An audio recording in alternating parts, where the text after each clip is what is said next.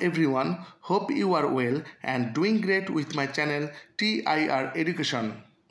Friends, আজকে আমরা শিখতে চলেছি দুইটি অ্যাডভান্স ইংলিশ সেন্টেন্স স্ট্রাকচার, যার প্রথমে রয়েছে স্ট্রাকচার 1। ডিয়ার ফ্রেন্ডস, আমরা এমন ধরনের কথাগুলো প্রায় বলি, আমি কি এটা করেছি, সে কি স্কুলে গিয়েছে, তারা কি ক্রিকেট খেলেছে। এই ধরনের বাক্যগুলো বলতে হলে স্ট্রাকচারটি হবে হ্যাভ অথবা হ্যাজ প্লাস সাবজেক্ট প্লাস ভার্বের past participle form plus other word plus question mark.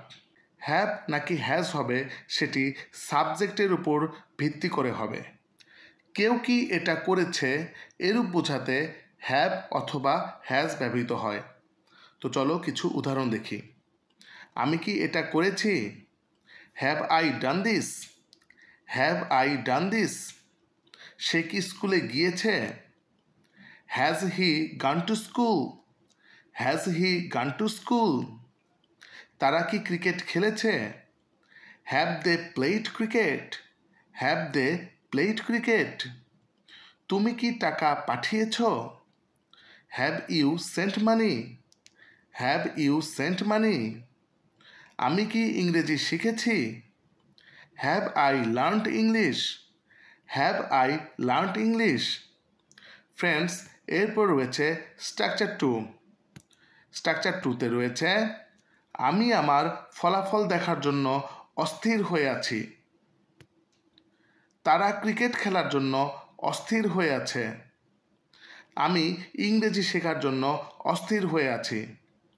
এ জাতীয় বাক্যগুলো বলতে হলে স্ট্রাকচারটি হবে subject plus am is are plus dying to plus ভার্বের present form plus other word. Am is are অবশ্যই সাবজেক্ট অনুসারে বসবে। কেউ কিছু পাওয়ার বা করার জন্য অস্থির হয়ে আছে এরূপ বোঝাতে ডাইং টু বসে। তো চলো কিছু উদাহরণ দেখি। আমি আমার ফলাফল দেখার জন্য অস্থির হয়ে আছি, I am dying to see my result, I am dying to see my result.